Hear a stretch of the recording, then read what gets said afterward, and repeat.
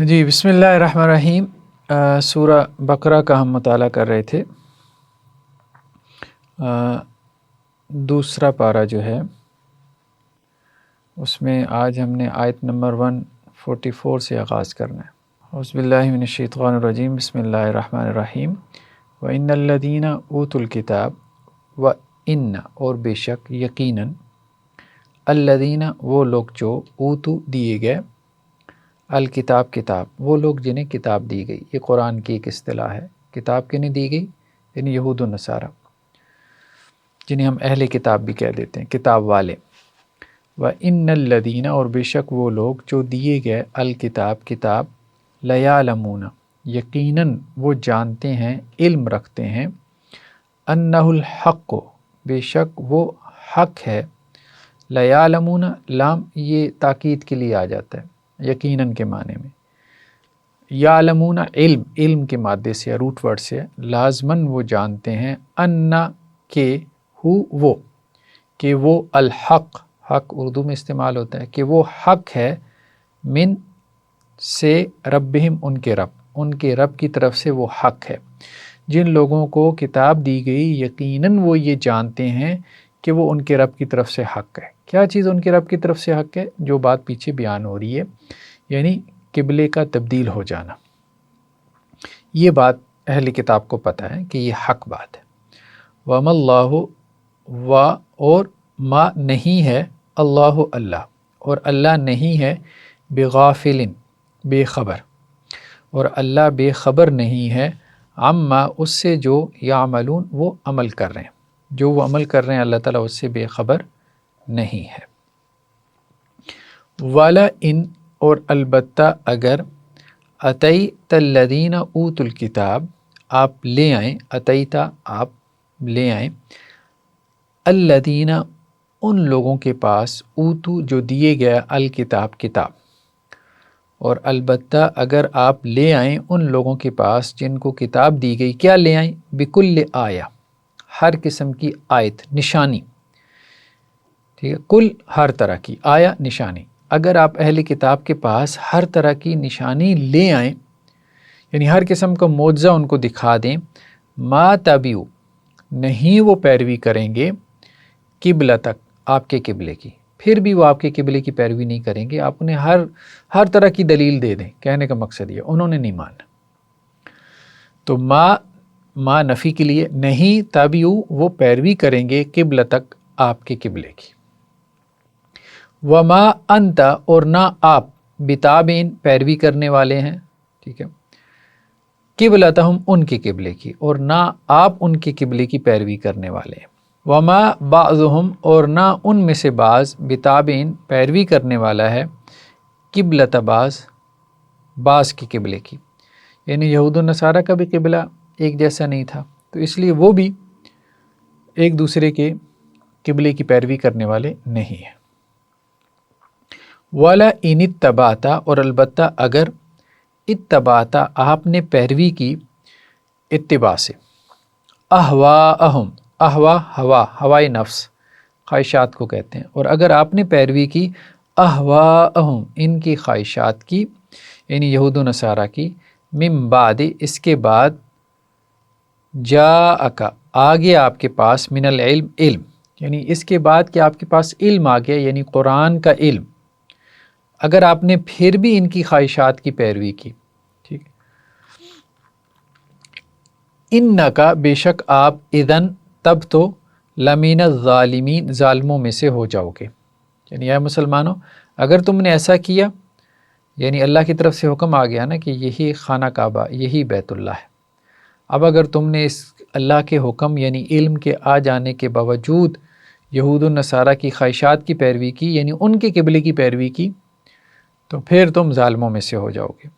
الذین وہ لوگ جو، آتیناہم ہم نے دی ان کو، الکتاب کتاب، یعرفونہ وہ پہچانتے ہیں اس کو، کس کو؟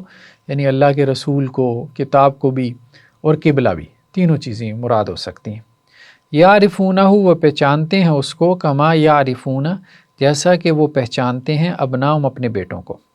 تو جن لوگوں کو ہم نے کتاب دی وہ اس قبلے کو، رسول کو، کتاب کو اس طرح پہچانتے ہیں جس طرح اپنے بیٹوں کو پہچانتے ہیں۔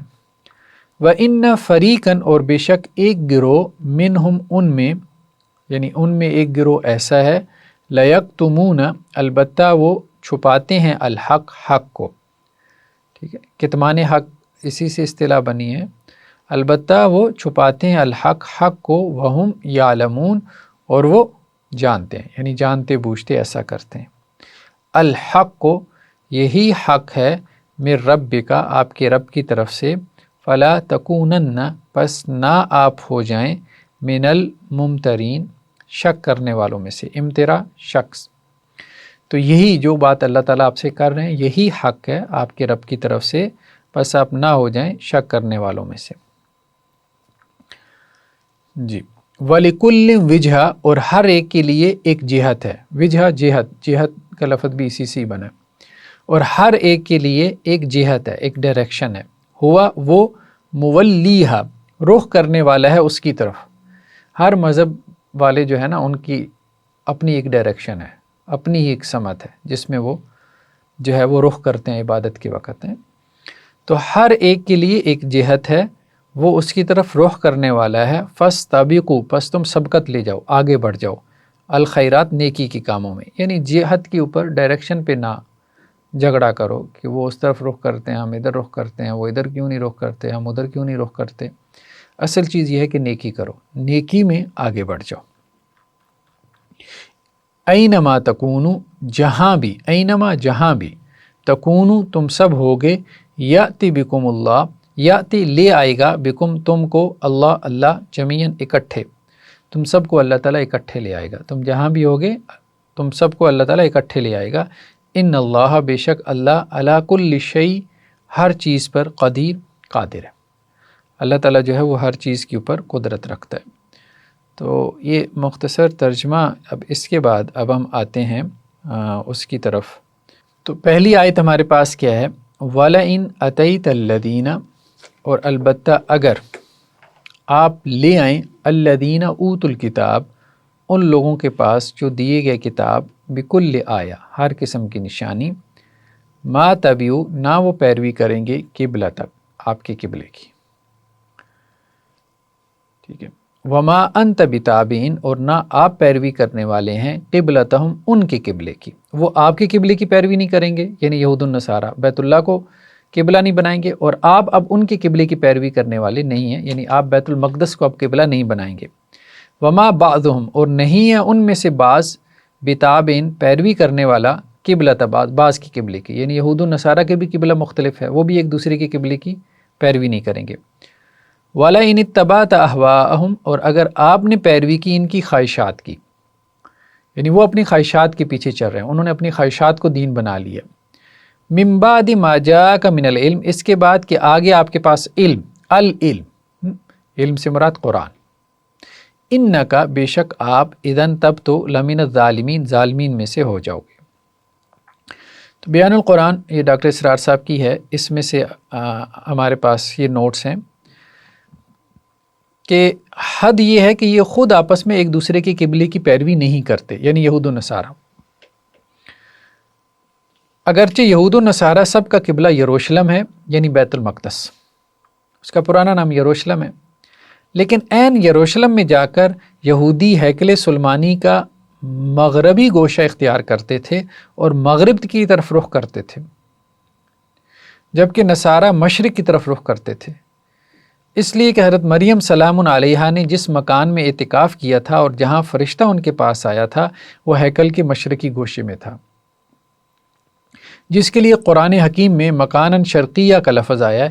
عیسائیوں نے اسی مشرقی گھر کو اپنا قبلہ بنا لیا، یعنی وہ جو مقدس احاطہ ہے، مقدس ایریا ہے، سیکرڈ ایریا بیت المقدس کا، تو اس میں جو ایسٹرن جو آپ کہہ لیں اس کا جو پارٹ ہے، مشرقی حصہ ہے، اس کو عیسائیوں نے قبلہ بنا لیا، اور جو اس کا ویسٹرن پارٹ تھا، مغربی حصہ تھا، اس کو یہودیوں نے قبلہ بنا لیا، یعنی ان کا بھی آپس میں اتفاق نہیں، ٹھیک ہے، یہ بات وہ کر رہے ہیں۔ تو یہی بات اس کی طرف قرآن نے اشارہ کیا کہ ایک ہی جگہ پر انہوں نے اپنے قبلے کا رخ جو ہے وہ اپنی اپنی سائٹ پہ کر لیا۔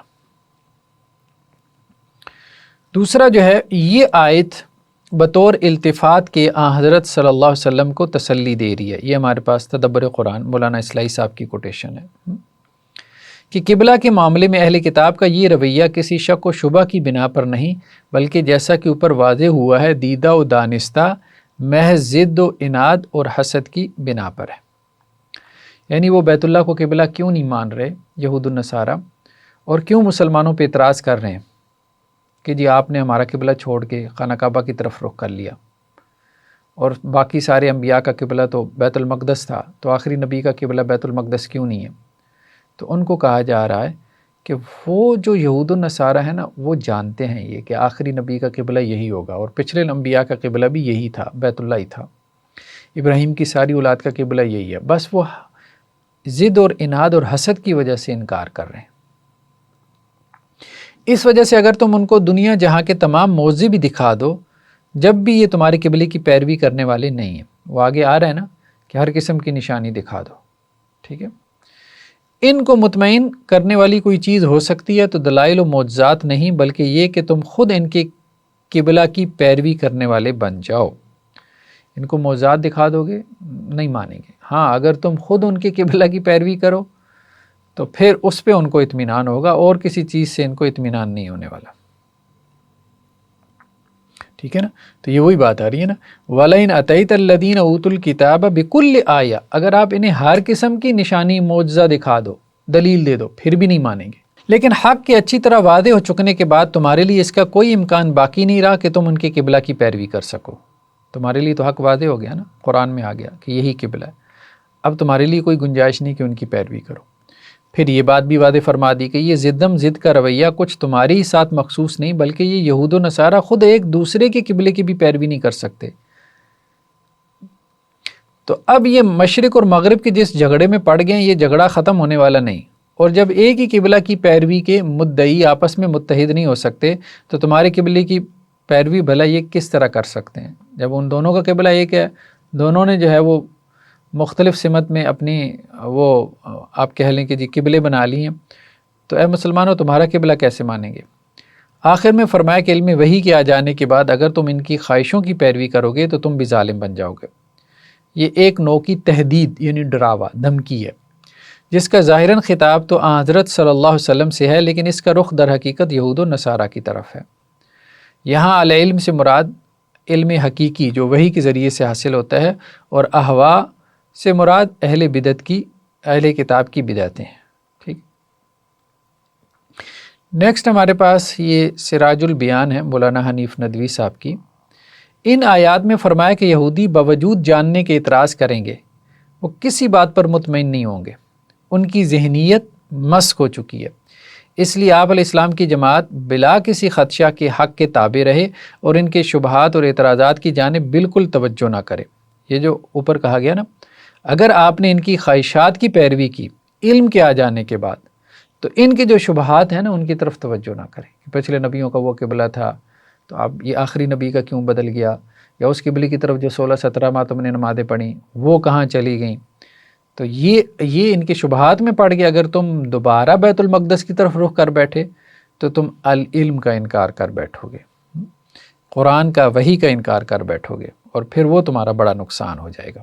تو آیت کا خطاب گو حضور صلی اللہ علیہ وسلم سے ہے، لیکن مراد عام مسلمان ہے۔ اس طرز خطاب سے یہ بتانا مقصود نہیں کہ حضور صلی اللہ علیہ وسلم اب بھی یہود کی خواہشات کو مان کر خدا کی نافرمانی کا ارتکاب کر سکتے ہیں، بلکہ یہ ان کے جذبات کی پاسداری وضوع حق کے بعد اتنا بڑا جرم ہے کہ اگر تم بھی اس کا ارتکاب کرو تو بئیں جلالت قدر ہرگز معافی کی مستحق نہیں ہو، ٹھیک ہے۔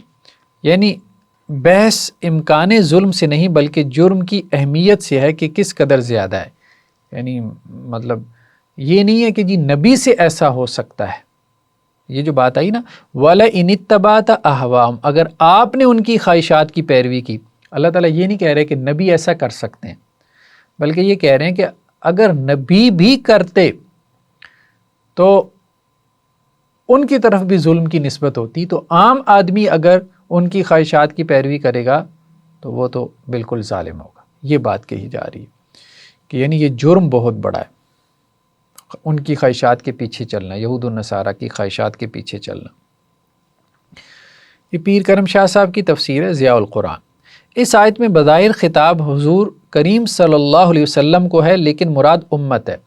کہیں کہیں ہم قرآن میں دیکھتے ہیں نا کہ خطاب میں سختی ہے، تو بظاہر خطاب آپ علیہ السلام سے ہوتا ہے اور اس میں سختی ہوتی ہے، وہ بیسیکلی جو ہے وہ امت کو سنایا جا رہا ہوتا ہے، اللہ کے رسول صلی اللہ علیہ وسلم کو نہیں، اس امت کے حوالے سے، کیونکہ ظاہر بات ہے قرآن آپ علیہ السلام پہ نازل ہو رہا تھا تو آپ کو مخاطب کر کے ساری گفتگو کی گئی، لیکن مراد اس میں بہت دفعہ میں امت ہوتی ہے، کیونکہ امت سے تو اپنے نفس کی خواہشات کی تابعداری ممکن ہے، لیکن نبی کی ذات جو صغائر یعنی صغیرہ گناہ سے بھی معصوم ہوتی ہے، اس سے تو ناممکن ہے کہ ایسا جرم سرزد ہو۔ تو مضمون کی اہمیت کے باعث حضور صلی اللہ علیہ وسلم کی طرف اس کی نسبت کی گئی ہے۔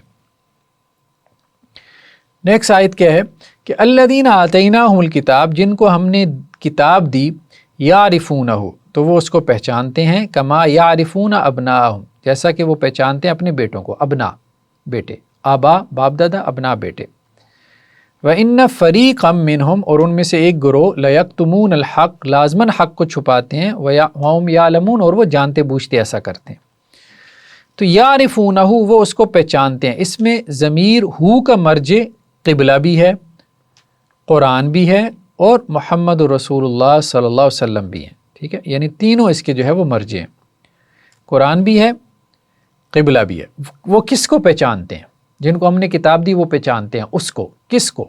قرآن کو، اللہ کے نبی کو، ٹھیک ہے، اور قبلے کو، تینوں چیزوں کو پہچانتے ہیں۔ عربوں میں یہ محاورہ ہے کہ جس چیز کے متعلق ابھی آگے تفسیر القرآن میں سے ہے، یہ بیان القرآن میں سے تھی ڈاکٹر اسرار صاحب کی، یہ تفسیر القرآن مولانا عبد الرحمن کیلانی علیہ رحمہ۔ عربوں میں محاورہ ہے کہ جس چیز کے متعلق انہیں کسی طرح کا شک و شبہ نہ ہو تو سمجھتے ہیں کہ وہ اس بات کو یوں پہچانتے ہیں جیسے اپنے بیٹے کو، یہ محاورہ ہے عربوں کا، ٹھیک ہے۔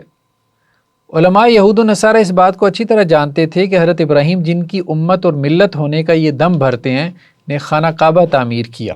یہودیوں کو یہ پتہ تھا کہ حضرت ابراہیم نے خانہ کعبہ تعمیر کیا اور اسے ہی قبلہ مقرر کیا، اور بیت المقدس تو 1300 سال بعد حضرت سلیمان علیہ السلام نے تعمیر کیا تھا، حضرت ابراہیم سے 1300 سال بعد تقریباً۔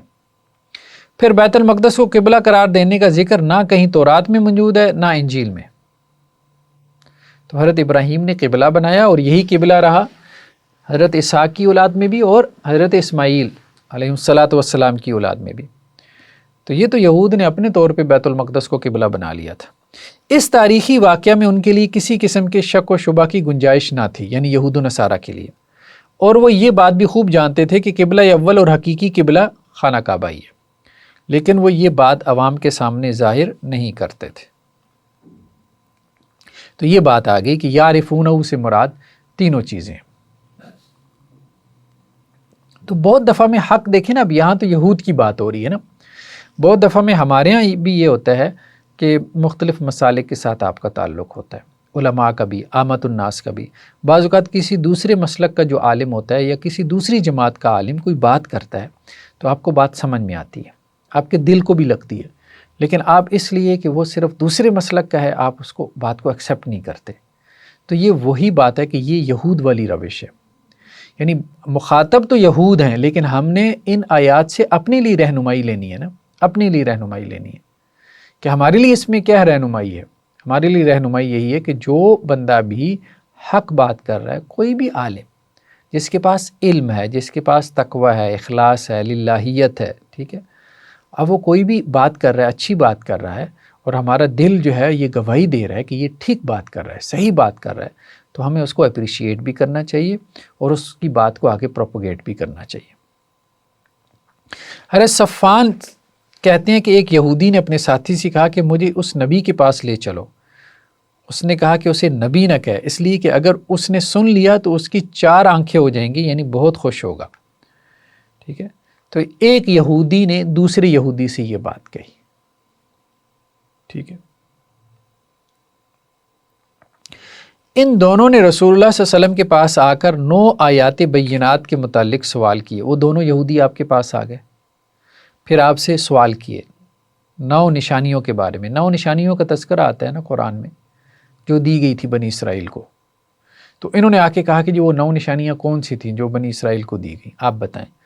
تو رسول اللہ صلی اللہ علیہ وسلم نے فرمایا تم اللہ کے ساتھ کسی کو شریک نہ ٹھہراؤ، چوری نہ کرو، زنا نہ کرو، قتل نہ حق نہ کرو، کسی بے گناہ کو حاکم کے ہاں اسے قتل کرانے کے لیے نہ لے جاؤ، جادو نہ کرو، سود نہ کھاؤ، پاک دامن عورت پر تہمت نہ لگاؤ، میدان جنگ سے پیٹھ پھیر کر نہ بھاگو۔ یہ 9 احکامات تھے جو اللہ نے دیے۔ شرک سے بچو، چوری سے، زنا سے، قتل سے، اور کسی بے گناہ کو عدالت میں نہ گھسیٹو، جادو سے بچو، سود سے، اور پاک دامن جو بھی ہے اس کے اوپر تہمت نہ لگاؤ، ٹھیک ہے، یعنی اڈلٹری کی جیسے تہمت لگا دیتے ہیں نا، بہتان، اور میدان جنگ سے پیٹھ پھیر کر نہ بھاگو۔ اور یہودیوں تم پر خصوصی طور پر لازم ہے کہ ہفتے کے دن زیادتی نہ کرو، ظلم نہ کرو، یعنی ہفتے کے دن عبادت کرو۔ راوی کہتے ہیں کہ دونوں نے آپ کے ہاتھ اور پاؤں کو بوسہ دیا، دونوں یہودیوں نے، اور کہا کہ ہم گواہی دیتے ہیں کہ آپ نبی ہیں۔ رسول کریم صلی اللہ علیہ وسلم نے فرمایا پھر میری اتباع کرنے سے کون سی چیز تمہیں روکتی ہے؟ مانے انہوں نے جواب دیا حضرت داؤد علیہ السلام نے اپنے رب سے دعا کی تھی کہ نبوت انہی کے خاندان میں رہے، اور ہمیں خطرہ ہے کہ اگر ہم نے آپ کی اتباع کر لی تو یہودی ہمیں قتل کر دیں گے۔ تو اس کا مطلب یہ ہے کہ وہ پہچانتے تھے آپ علیہ السلام کو، آپ کی نبوت کو بھی، قرآن کو بھی، قبلے کو بھی، لیکن ایمان نہیں لاتے تھے۔ کیوں؟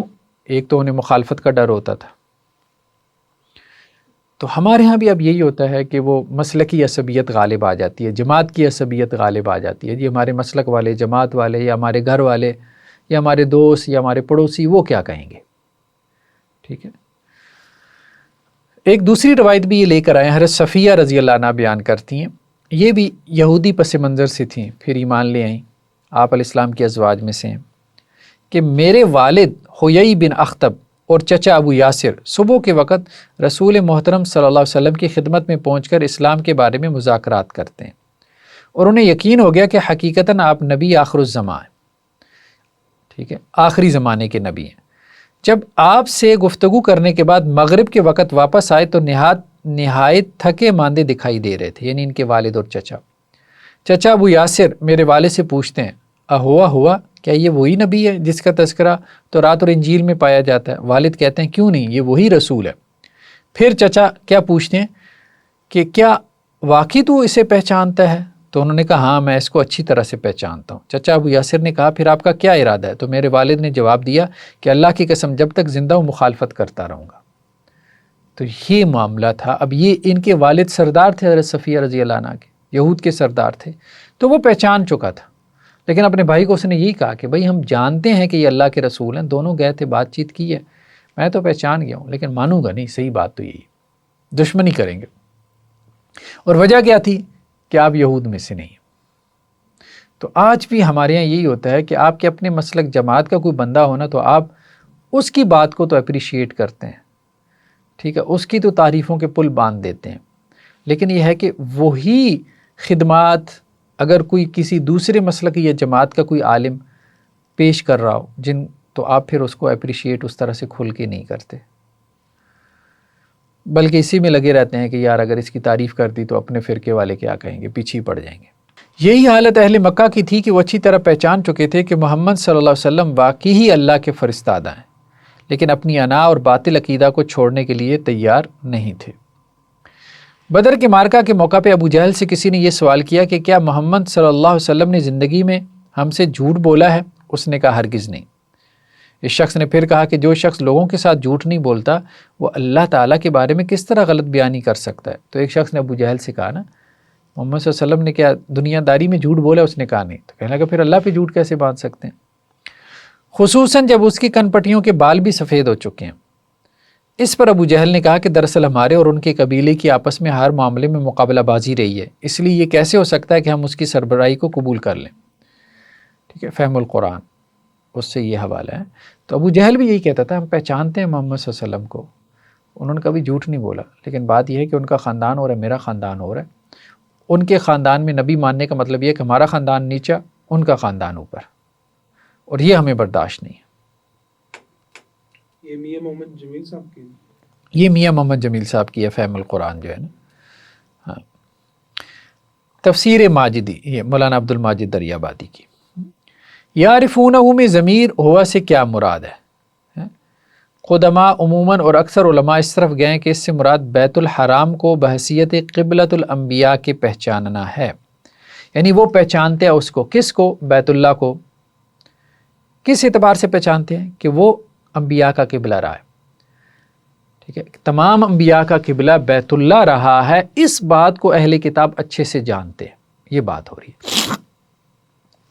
چنانچہ تفسیر ابن جریر میں، یعنی ابن جریر طبری کی جو تفسیر ہے، تفسیر طبری میں ابن عباس صحابی سے لے کر قتادہ، ابن زید، سدی، ابن جریج، تابعین کے اقوال اسی معنی میں منقول ہیں، یعنی ان سے یہی بات مروی ہے کہ یعرفونہ میں ہو ضمیر سے مراد کہ وہ یہ جانتے ہیں کہ تمام انبیاء کا قبلہ بیت اللہ ہی رہا ہے۔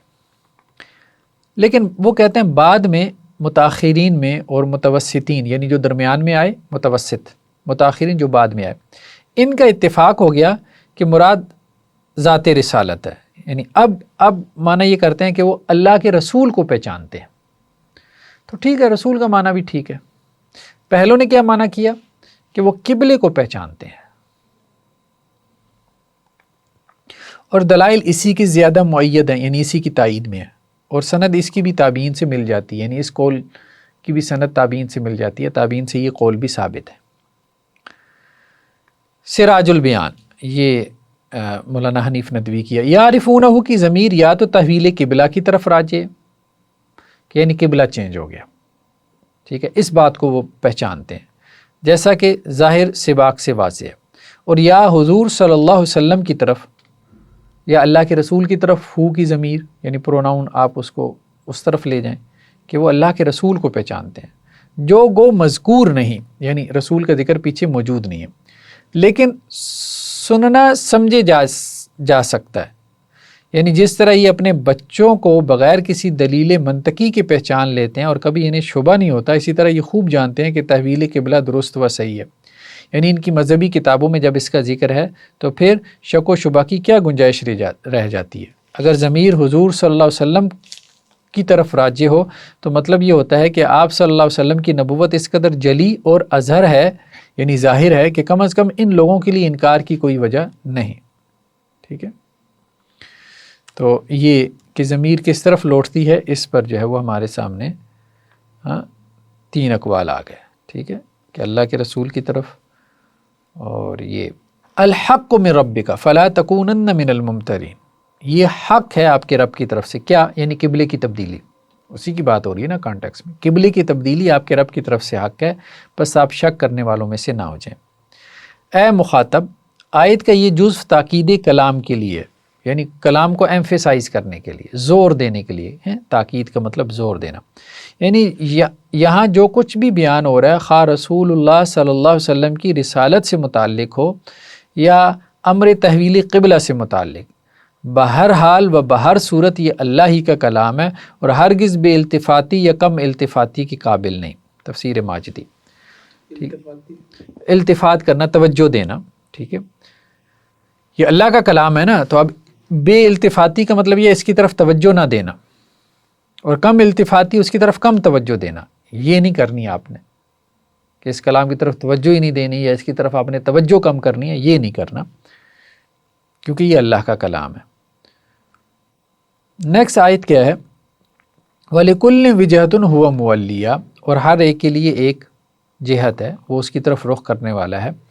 فَاسْتَبِقُوا الْخَيْرَاتِ، پس تم نیکیوں میں آگے بڑھ جاؤ، اَيْنَمَا تَكُونُوا، جہاں بھی تم ہوگے، یَأْتِ بِكُمُ اللَّهُ جَمِيعًا، لے آئے گا تم کو اللہ سب کو اکٹھے۔ ان اللہ علی کل شیء قدیر، بے شک اللہ تعالیٰ ہر چیز پہ قدرت رکھتا ہے۔ تو اس آیت میں بتایا جا رہا ہے کہ ابراہیم علیہ السلام کا قبلہ اگرچہ کعبہ تھا، مگر بعد میں ہر ایک نے اپنی اپنی مرضی سے کسی نہ کسی سمت کو اپنا قبلہ مقرر کر لیا۔ چنانچہ یہود نے بیت المقدس کے صخرہ کو قبلہ قرار دے لیا، اور نصارہ نے بیت المقدس کی مشرقی جانب کو۔ اب تمہارے لیے کعبہ کو قبلہ مقرر کر دیا گیا ہے، اس لیے ان لوگوں سے اس بحث کا کوئی خاص فائدہ نہیں کہ کون سی سمت افضل ہے، یعنی زیادہ لوگوں سے بحث کرنے کی ضرورت نہیں ہے۔ ایک بندہ کہتا ہے بھئی یوں ہے، ہمارے دین میں بھی اب دیکھیں بہت سے مسائل میں اختلاف ہو گیا، یعنی اہل علم نے کیا، بہت سے اسکول آف تھاٹ بن گئے، آپ اگلے کو بتا دیں اپنی رائے کہ بھئی مجھے یہ بہتر لگتا ہے، یہ صحیح لگتا ہے، ٹھیک ہے۔ اگر آپ بحث میں پڑ جائیں گے اپنی انرجی ضائع کریں گے، وہی انرجی آپ عمل پہ لگائیں۔ تو یہ وہی بات ہو رہی ہے، یہاں پہ بھی اللہ نے بحث سے روکا ہے، کہا ہے کہ ایک یہودیوں کا قبلہ ہے، ایک عیسائیوں کا قبلہ ہے اور ایک مسلمانوں کا قبلہ ہے، تو اے مسلمانوں ان کے ساتھ جھگڑا نہ کرو، انہیں یہ بتاؤ کہ بھائی یہی قبلہ ہے تمام انبیاء کا، بیت اللہ، اس کی طرف رخ کرنا ہے تو اچھی بات ہے، نہیں کرنا چاہتے تو بس ٹھیک ہے بھائی، کرتے رہو، جس طرف رخ کر کے تم نے عبادت کرنی ہے کرتے رہو، ہم کیا کہہ سکتے ہیں۔ وَلِكُلٍّ وِجْهَةٌ، ہر ایک کے لیے ایک جہت ہے، یعنی ڈائریکشن، قبلہ ہے آپ کہہ لیں، ہوا مولیہا، وہ اس کی طرف رخ کرنے والا ہے۔ تو اصل چیز کیا ہے؟ فاستبقوا الخیرات، نیکیوں میں آگے بڑھ جاؤ، نیک کام کرو، نماز پڑھو، ٹھیک ہے، ڈائریکشن ثانوی چیز ہے، اصل چیز کیا ہے؟ عبادت، اس میں آگے بڑھ جاؤ، اصل چیز نیکیوں میں سبقت ہے، اس کا اہتمام کرو، کیونکہ تم جہاں بھی ہوگے تمہیں اللہ کے حضور پیش ہونا پڑے گا، جیسا کہ فرمایا نیکی یہ نہیں ہے کہ تم اپنا منہ مشرق اور مغرب کی طرف پھیرو، لیکن اصل نیکی اس کی ہے جو اللہ اور یوم آخرت اور فرشتوں اور کتاب اور نبیوں پر ایمان لائے اور مال دے اس کی محبت کے باوجود، ٹھیک ہے۔ تو یہ آیہ بیر کی جو ہے وہ انہوں نے تشریح کی ہے، اس کے معنی اور مفاہیم بیان کیے۔ تو نیکیوں میں سبقت، اس سے کیا مراد ہے؟ اس میں ایک چیز جو ہے نماز کو وقت پر ادا کرنا، یہ نیکیوں میں سبقت لے جانا ہے۔ پہلی صف میں پہلی تکبیر کے ساتھ شامل ہونا، یہ بھی نیکیوں میں سبقت لے جانا ہے۔ جہاد کی اولین صفوں میں پہنچنا، یہ بھی نیکیوں میں سبقت لے جانا ہے۔ تو نیکیوں میں آگے بڑھ جاؤ، جہاد کی نیکی ہے، صدقہ خیرات کی نیکی ہے، عبادت کی نیکی ہے، ان میں آگے بڑھ جاؤ۔ اب عبادت کی نیکی میں، نماز کی نیکی میں آگے کیسے بڑھو؟ تکبیر اولیٰ کے ساتھ پڑھو، پہلی صف میں جو ہے وہ جماعت کے ساتھ نماز پڑھو، ٹھیک ہے، یہ ہے نا۔ جہاد میں بھی اول صف میں کھڑے ہو، تو یہ نیکی میں آگے بڑھ، نیکی تو ساری کر رہے ہیں، آخری صف میں جو کھڑا ہے وہ بھی نیکی کر رہا ہے، ٹھیک ہے۔ تو یہ ہے کہ نیکیوں میں آگے بڑھ جاؤ، یہ اللہ کو مطلوب ہے، یعنی عبادت کی ایک فارم ہے، ایک حیت ہے، اور ایک عبادت کی روح ہے، اسپرٹ ہے، تو اس کی جو اسپرٹ ہے اس کو مد نظر رکھو، یہ بات کہی جا رہی ہے۔ قرآن مجید نے جذبہ مسابقت کو، یعنی کمپٹیشن کا جو جذبہ ہے، اس کو پروان چڑھانے کے لیے سابقو اور ساریو کے الفاظ استعمال فرمائے۔ نیکیوں میں سب سے بڑی نیکی نماز ہے، جس کے بارے میں آپ علیہ السلام سے پوچھا گیا ای العمل احب الی اللہ، کون سا عمل اللہ کے ہاں زیادہ پسندیدہ ہے؟ آپ نے فرمایا الصلاۃ علی وقتہا، وقت پر نماز ادا کرنا یہ اللہ کو بہت پسند ہے، ٹھیک ہے، یعنی اول وقت پہ نماز ادا کرنا۔ تو یہ ایک انہوں نے بات کی ہے یہاں پر۔ دوسرا ہمارے پاس یہ مولانا تھانوی علیہ رحمہ کی تفسیر ہے، اشرف التفاسیر۔ مولانا تھانوی کیا لکھتے ہیں؟ وہ یہ لکھتے ہیں کہ لکھنؤ میں ایک ترقی یافتہ مجمع کی درخواست پر میرا واز ہوا، یعنی لکھنؤ میں مولانا کو کسی نے بلوایا واز کے لیے، نصیحت کے لیے، تو وہ کہتے ہیں میں نے آیت وَلِكُلٍّ وِجْهَةٌ هُوَ مُوَلِّيهَا فَاسْتَبِقُوا الْخَيْرَاتِ، یعنی یہ والی آیت جو ہے، یہی والی آیت جس کو ہم ڈسکس کر رہے ہیں، یہ میں نے وہاں پہ بیان کی۔ اور استباق یعنی سبقت لے جانا، کمپٹیشن کی حقیقت ترقی بتلا کر میں نے کہا صاحبو تم تو ترقی کو عقلاً واجب کہتے اور ہم شرعاً واجب کہتے ہیں، یعنی قرآن نے کہا فاستبقوا الخیرات، کمپٹیشن کرو، کس میں؟ نیکی میں کمپٹیشن کرو، یعنی کمپٹیشن کا مطلب آگے بڑھ جاؤ۔ تو مولانا کہتے ہیں میں نے وہاں اس آیت کی تشریح کیا کی کہ آگے بڑھنے کا مطلب کیا ہے؟ ترقی۔ تو ہمارا قرآن کیا کہتا ہے؟ ترقی کرو۔ وہ کہتے ہیں نا مذہب ترقی سے روکتا ہے، وہ کہتے ہیں بھائی ہمارا قرآن تو کہہ رہا ہے ترقی کرو، حکم دے رہا ہے، آگے بڑھو، آگے بڑھے کا مطلب یہ ہے کہ ترقی کرو، ٹھیک ہے۔ تو قرآن تو کہہ رہا ہے کہ ترقی کرو، تو ہماری تو شریعت نے ہمارے لیے لازم کر دیا ترقی کو، تم تو عقل سے ثابت کرتے ہو، ہماری تو شریعت سے ثابت ہے۔ اور پھر یہ کہتے ہیں کہ دیکھو بات یہ ہے کہ کیونکہ ہم جس کو شرعاً واجب کہتے ہیں تو اس کے ترک پر گناہ کی بھی قائل ہیں۔ ہم یہ کہتے ہیں کہ ترقی کرنا ضروری ہے، تو اس کا مطلب یہ ہے کہ اگر نہیں کریں گے تو گناہ گار ہوں گے، کیونکہ شریعت نے حکم دیا ہے نا، شریعت کا حکم تو ماننا ہے، تو اس لیے ہم تو آپ سے زیادہ ترقی پسند ہے۔ مطلب مولانا نے ایسے ہی بات بنائی وہاں پر جا کے۔ غرض تم اور ہم اس پر تو متفق ہوئے کہ ترقی مطلوب ہے، ترقی کرنی چاہیے، ہم دونوں کا اتفاق ہے، ٹھیک ہے، اور اس پر بھی تم کو اتفاق کرنا پڑے گا کہ ہر ترقی مطلوب نہیں۔ تو مولانا نے کہا، میں نے کہا بھائی دیکھو بات یہ، ہم بھی ترقی کی بات کر رہے ہیں، آپ بھی ترقی کی بات کر رہے ہیں، تو ترقی کرنی چاہیے، یہ مت کہو کہ مولوی ترقی پسند نہیں ہوتا، بیکورڈ ہوتا ہے، یہ مت کہو۔ ہم بھی کہتے ہیں ترقی کرو، آگے کرو، گرو، آگے بڑھو، گرو کرو، کمپٹیشن میں آؤ، آپ بھی یہی بات کرتے ہو۔ لیکن ایک بات اور ہے، ہر ترقی پسندیدہ نہیں ہے. جیسے انہوں نے مثال کیا دی کہ اگر بدن پر ورم ہو جائے، ورم ہوتا ہے نا، ورم کسے کہتے ہیں؟ بدن کے اوپر نا بعض اوقات وہ آپ کا کوئی حصہ جو ہے پھول جاتا ہے، چوٹ لگتی ہے نا، جب بدن کے اوپر جب چوٹ لگتی ہے تو آپ کا وہ حصہ جو ہے وہ آپ کا پھول گیا. تو اب یہ بھی ترقی ہو گئی آپ کا جسم بڑھ گیا نا. تو اب مولانا کہہ رہے ہیں کہ آپ بھی اس کو پسند نہیں کرو گے، اس ترقی کو ہم بھی پسند نہیں کرتے. ترقی کا مطلب بڑھوتری، گرو کرنا، ایک چیز بڑھ گئی ہے. تو اب یہ ترقی جو ہے نا کوئی بھی پسند نہیں کرتا. تو بظاہر ترقی جسمانی ہے، یعنی آپ کا جسم بڑھ گیا، مگر تم بھی اس کا علاج کراتے پھرو گے اس ورم کا. یعنی کسی کا جو ہے وہ سر میں مثال کے طور پہ بعض لوگوں کا ہوتا ہے نا، وہ سر بڑھ جاتا ہے، کسی کا پیٹ بڑھ جاتا ہے، پیٹ میں رسولی ہو گئی. تو کہہ رہے ہیں یہ بھی تو جسم ہی بڑھ رہا ہے نا. ٹھیک ہے، کسی کی 6 انگلیاں ہو گئیں، کسی کی گردن کے غدود بڑھ گئے. ٹھیک ہے، تو اب جو ہے نا یہ انسان کو پسند نہیں ہے. اسی طرح اگر سمن مفرط ہو جائے، سمن مفرط ہو جائے، سمن سے مراد یہ ہے کہ چربی زیادہ ہو جائے انسان کے جسم میں، اگر چربی زیادہ ہو جائے، یعنی جیسے موٹاپا کہتے ہیں آپ، فیٹ زیادہ ہو جائے. ٹھیک ہے، تو اس کا بھی علاج کرانا ضروری سمجھو گے. اب یہ بھی تو ترقی ہے کہ پیٹ بڑھ گیا آپ کا. ٹھیک ہے، لیکن اس کو آپ بھی پسند نہیں کرتے، ہم بھی پسند نہیں کرتے. تو اس کا مطلب یہ ہے کہ کچھ ترقی اچھی ہے اور کچھ ترقی بری ہے. ٹھیک ہے، یہ مولانا نے اس طرح سے ایک ان کو دلیل دی. بس اس سے صاف ظاہر ہوا کہ ترقی وہ مقصود ہے جو نافع ہو، یعنی وہ ترقی اچھی ہے جس میں کوئی فائدہ ہے، نفع ہے. اور جو ضار یعنی نقصان دہ ترقی ہو وہ مطلوب نہیں، یعنی جس ترقی میں نقصان ہو رہا ہو، جیسے ابھی مثالیں انہوں نے دی نا. ٹھیک ہے، بس اتنے حصے میں تو ہمارا تمہارا اتفاق ہے. اب ہمارا تمہارا اتفاق ہو گیا ترقی کی 2 قسمیں، ایک فائدہ مند ہے اور ایک نقصان دہ. نقصان دہ ترقی سے بچنا چاہیے، فائدہ مند کی طرف جانا چاہیے. ٹھیک ہے، اب اختلاف کیا ہے؟ اختلاف اگر ہے تو صرف اس امر میں ہے کہ کون سی ترقی نافع ہے، کون سی مضر. اب اس میں ہمارا اختلاف ہو سکتا ہے. ہم کہیں کہ بھئی اس ترقی کا کوئی فائدہ نہیں، آپ کو اس ترقی کا بڑا فائدہ ہے. ہم کہیں بھئی اس ترقی کا بڑا فائدہ ہے، آپ کو بھئی اس ترقی کا کوئی فائدہ نہیں ہے. یہ اختلاف ہو سکتا ہے. باقی آپ بھی یہ مانتے ہو کچھ ترقی کا فائدہ کچھ کا نہیں. تم صرف دنیاوی ترقی کو نافع سمجھتے ہو، اگرچہ آخرت میں مضر ہو. یعنی تم یہ سمجھتے ہو دنیا کی ترقی کا بڑا فائدہ ہے، لیکن بعض اوقات وہ دنیا کی ترقی اگر حرام سے ہو رہی ہو تو آخرت میں نقصان ہے. اور ہم دینی ترقی کو مطلقاً نافع سمجھتے ہیں. ہم یہ کہتے ہیں کہ دین میں جو ترقی ہے نا اس کا بڑا فائدہ ہے، اور دنیاوی ترقی کو قید عدم ضرر کے ساتھ، یعنی ہم یہ کہتے ہیں کہ دنیاوی ترقی بھی فائدہ مند ہے اگر اس میں کوئی نقصان نہ ہو تو. ٹھیک ہے، ورنہ ترقی فی الورم والسمن کی طرح مضر سمجھتے ہیں. یعنی دنیاوی ترقی بھی اگر اس طرح ہو جائے جیسے جسم میں ورم پڑ گیا یا جیسے آپ کے جسم میں فیٹ بڑھ گئی تو پھر وہ بھی نقصان دہ.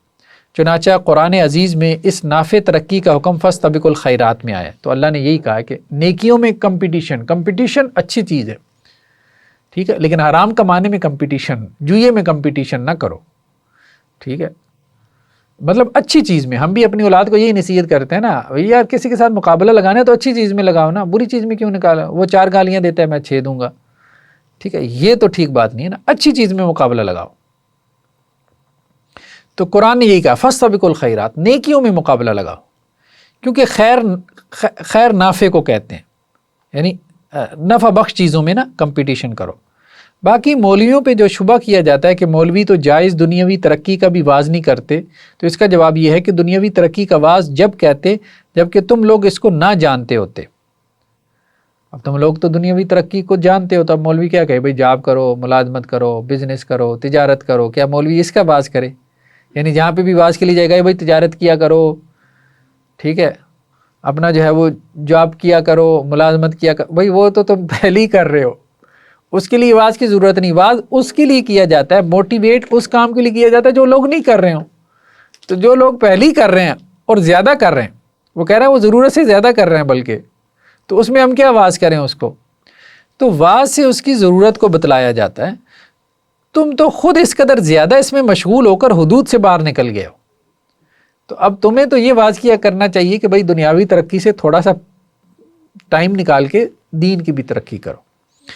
پھر ہمارے واز کہ آپ کو اس ترقی کے متعلق کیا ضرورت رہ گئی ہے، بلکہ ضرورت اس کی ہے کہ تم جو حدود سے نکل گیا اس سے تم کو روکا جائے. ٹھیک. نیکسٹ ہمارے پاس کیا ہے، اینما تکونوا یأت بکم اللہ جمیعا، جہاں بھی تم ہو اللہ تمہیں لے آئے گا، تم سب کو اکٹھا کر کے لے آئے گا. جہاں بھی دنیا میں تم ہو سب اللہ کے پاس جمع ہو جاؤ گے، یعنی آخرت میں. ٹھیک ہے. اس ضمن میں امام بخاری نے ایک واقعہ نقل فرمایا کہ ایک آدمی فوت ہو رہا تھا. اس نے بیٹوں کو وصیت کی کہ میری موت کے بعد ہڈیوں کو جلا کر راکھ کر دو، پھر اس کو آدھی جنگل میں اڑا دو اور آدھی بہا دو، یعنی آدھی راکھ، جیسے ہندوؤں کے ہاں بھی ہے. ٹھیک ہے. تو اس نے بھی یہی بات کہی کہ میری لاش کو جلا دینا، آدھی راکھ جنگل میں اڑا دینا اور آدھی دریا میں بہا دینا.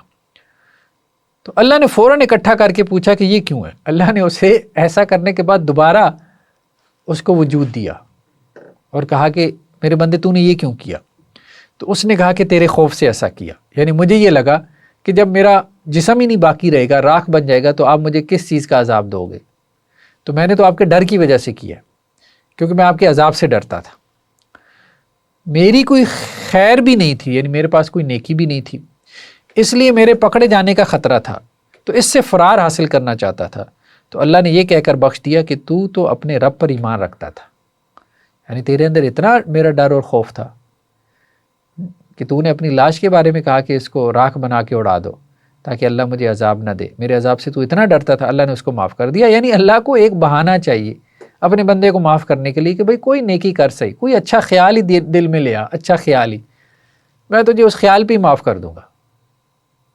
ٹھیک. تو اللہ تعالیٰ پکڑنے کے لیے نہیں بیٹھا، اصل بات ہی اللہ تعالیٰ معاف کرنے کے لیے. نیکسٹ کیا ہمارے پاس کہ معارف القرآن سے مفتی شفیع صاحب کی جو ہے نا یہ تفسیر ہے، بس اس کے ساتھ ہم اس کو مکمل کرتے ہیں. پھر چھوٹی چھوٹی بات پہ کافر کر دیتے ہیں. ہاں، چھوٹی چھوٹی بات پہ ہمارے یہاں مولوی حضرات فتوے لگا کے دین سے نکال دیتے ہیں، یہ نہیں کرنا چاہیے. اللہ کی رحمت بہت وسیع ہے، بہت وسیع اللہ تعالیٰ کی رحمت، اور اللہ کی رحمت سے نا امید بھی نہیں ہونا چاہیے. آپ کتنے گناہ گار ہو، جتنے بھی آپ گناہ گار ہو، اللہ کی رحمت سے تو آپ کے گناہ زیادہ نہیں نہ ہو سکتے. اور رحمتی وسعت کل شیء، اللہ تعالیٰ کہتا ہے کہ میری رحمت ہر چیز کے اوپر وسیع ہے. کیا ہر نماز کا اول وقت میں پڑھنا افضل ہے؟ اس مسابقت فی الخیرات سے بعض فقہا نے اس پر استدلال کیا کہ ہر نماز کو اول وقت میں پڑھنا افضل ہے. یعنی اللہ تعالیٰ کہہ رہے ہیں نا نیکی میں آگے بڑھ جاؤ، تو نیکی میں آگے بڑھنے میں ایک یہ بھی ہے کہ اول وقت میں نماز پڑھے. فرسٹ ٹائم نماز کا وقت ہوتا ہے نا، ظہر کا نماز کا ایک شروع ٹائم ہے، بگننگ ٹائم ہے، ایک اس کا جو ہے وہ اینڈ والا ٹائم ہے. ٹھیک ہے. تو شروع میں نماز پڑھے تو وہ بہتر ہے. اور وہ روایات حدیث اس کی تائید میں پیش کی ہیں جن میں اول وقت نماز ادا کرنے کی فضیلت آئی ہے. امام شافعی کا یہی مذہب ہے کہ اول وقت میں نماز پڑھو، ساری نمازیں اول وقت میں پڑھو. مگر امام اعظم، امام ابو حنیفہ اور امام مالک، انہوں نے دوسری روایات حدیث کی بنا پر اس معاملے میں تفصیل کی ہے. ان دونوں ائمہ کا کہنا یہ ہے، امام ابو حنیفہ امام مالک کا، کہ جن نمازوں میں رسول اللہ صلی اللہ علیہ وسلم نے تاخیر کر کے پڑھنے کی تعلیم اپنے قول اور عمل سے دی ہے، ان کا اول اور افضل وقت وہی ہے جو ان احادیث میں بیان ہوا ہے، یعنی ان کو آپ لیٹ پڑھو. باقی اپنی اصل پر اول وقت میں پڑھی جائیں. یعنی کچھ نمازیں ایسی ہیں جو آپ نے لیٹ کر کے پڑھی، اس کو لیٹ پڑھنا ہی افضل ہے. اور کچھ نمازیں ایسی ہیں جو آپ نے شروع میں پڑھی، اس کو شروع میں پڑھنا افضل ہے. مثلا صحیح بخاری میں ہے بروایت انس کہ عشاء کی نماز کو مؤخر کر کے پڑھنے کی فضیلت ہے، کہ عشاء کی نماز جتنی دیر سے پڑھے نا اتنا زیادہ ثواب ہے. باقی نمازیں جلدی پڑھیں تو اس کا ثواب زیادہ ہے، عشاء کی نماز لیٹ پڑھیں تو اس کا ثواب زیادہ ہے. اور حضرت ابو ہریرہ نے فرمایا کہ رسول اللہ صلی اللہ علیہ وسلم کو عشاء کی تاخیر پسند تھی. ٹھیک ہے. اسی طرح صحیح بخاری اور ترمذی میں روایات ابو ذر منقول ہے کہ ایک سفر میں حضرت بلال نے ظہر کی اذان اول وقت میں دینا چاہیے تو رسول اللہ صلی اللہ علیہ وسلم نے اس سے روکا اور فرمایا کہ جب وقت ذرا ٹھنڈا ہو جائے اس وقت اذان کہی جائے، کیونکہ گرمی کی شدت جہنم کی آگ سے ہے. مطلب یہ ہے کہ گرمی کے زمانے میں نماز ظہر کو تاخیر سے پڑھنا آپ نے پسند فرمایا، یعنی گرمی زیادہ ہو تو پھر کہا کہ ظہر کی نماز تھوڑی ٹھنڈی کر لو. ٹھیک ہے. ان روایات کی بنا پر امام ابو حنیفہ اور امام مالک نے فرمایا کہ ان نمازوں میں اول وقت پر عمل کرنے کی صورت یہی ہے کہ جب وقت مستحب ہو جائے تو پھر تاخیر نہ کریں. مستحب مراد ریکمینڈڈ وقت جو ہے. اور جہاں کوئی تاخیر کا حکم نہیں آیا وہاں بالکل ابتدائی وقت میں ہی نماز پڑھنا افضل ہے، جیسا کہ مغرب کو لیٹ نہ کرو۔ بہرحال آیت مذکورہ سے یہ بات با اتفاق ثابت ہو گئی کہ جب نماز کا وقت آ جائے تو بغیر ضرورت شرعیہ یا طبعیہ کے تاخیر کرنا اچھا نہیں۔ کوئی شرعی ضرورت ہو، طبی ضرورت ہو، جیسے واش روم جانا ہے، شرعی ضرورت ہے، کوئی اور مسئلہ ہے، ٹھیک ہے، تو پھر تو آپ نماز کو تھوڑا لیٹ کر سکتے ہو، ورنہ لیٹ نہ کرے، وقت پہ نماز پڑھے۔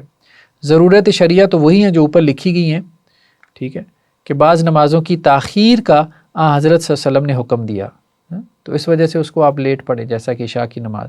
اور ضرورت طبیعہ اپنے ذاتی عوارض، جیسا کہ بیمار ہے، محتاج ہے، اس وجہ سے نماز لیٹ کر رہا ہے، یا سفر کی وجہ سے، یا کوئی اور وجہ ہے، تو اس میں بھی کوئی حرج نہیں۔ چلیں جی، پھر آج اتنا ہی کافی ہے، تو اب کوئی سوال ہو تو کر لیں ہمارے ساتھ جو آن لائن ہیں۔ جی وعلیکم السلام۔ اچھا، میں نے یہ پوچھنا ہے کہ جو جہاز وغیرہ میں ہم نماز پڑھ سکتے ہیں، یہ صرف نفل نماز کے لیے یا فرض بھی پڑھ سکتے ہیں؟ فرض بھی، اگر آپ کی نماز اگر آپ کی نکل رہی ہو نا، ٹھیک ہے، یعنی اس کا وقت نکل رہا ہو، تو پھر آپ جہاز میں، ریل میں، گاڑی میں بیٹھے بیٹھے سیٹ کے اوپر آپ نماز پڑھ سکتے ہیں، اور اشارے سے آپ رکوع کر لیں، سجدہ کر لیں۔ ہاں، لیکن اگر آپ کو یہ ہو کہ جی کہ لائک آگے خواتین کے لیے کیا ہوگا؟ جیسے اگر وہ اس طرح سے بیٹھی ہوئی ہیں کہ سامنے سیٹ ہے اگلی ہے اور ساتھ بھائی وغیرہ ہے، تو پڑھ سکتی ہے نماز؟ ہاں پڑھ سکتے ہیں، کوئی حرج کی بات نہیں۔ دیکھیں، آپ نے تو اپنے سیٹ پہ بیٹھے رہنا ہے، کون سا آپ نے کھڑے ہو کے پڑھنا ہے؟ تو سیٹ پہ تو آپ آلریڈی بیٹھے ہو نا، تو بس آپ نے اشارے سے تھوڑا سا رکوع کرنا ہے، تھوڑا سا جھک جانا ہے رکوع کی حالت میں، اور سجدی کی حالت میں تھوڑا سا اور جھک جانا ہے، بس اتنا سا ہے، اور تو کچھ بھی نہیں کرنا۔ نماز ہو جائے گی؟ ہاں نماز ہو جائے گی، بالکل ہو جائے گی۔ جی میرے خیال میں چیٹ میں کسی نے سوال کیا ہے۔ اگر ٹریول کرتے ہوئے تلاوت سنتے ہوئے سجدہ آ جائے تو اس کا کیا طریقہ ہے؟ دیکھیں، یا تو آپ اسی وقت تھوڑا سا جھک کے سجدہ کر لیں، ٹھیک ہے، اسی وقت تھوڑا سا جھک کے سجدہ کر لیں، یا پھر بعد میں آپ کو جب بھی موقع ملے، اگلی جو نیکسٹ نماز آپ نے پڑھنی ہو تو اس میں آپ سجدہ کر لیں، سجدہ تلاوت۔ یہ ویسے فرض ہوتا؟ سجدہ تلاوت جو ہے نا، امام ابو حنیفہ علیہ رحمہ کے ہاں ہے کہ واجب ہے، باقی جو امام ہیں وہ کہتے ہیں سنت ہے، ٹھیک ہے، تو آپ کر سکتے ہو، اس وقت بھی کر سکتے ہو، بعد میں بھی کر سکتے ہو، کوئی حرج کی بات نہیں۔ چلیں جی ٹھیک ہے، پھر آج کے لیے اتنا کافی ہے، تو نیکسٹ پھر ہم انشاءاللہ سے جو ہے وہ اگلی آیات کی طرف چلتے ہیں۔ جزاکم اللہ خیرہ جی، السلام علیکم۔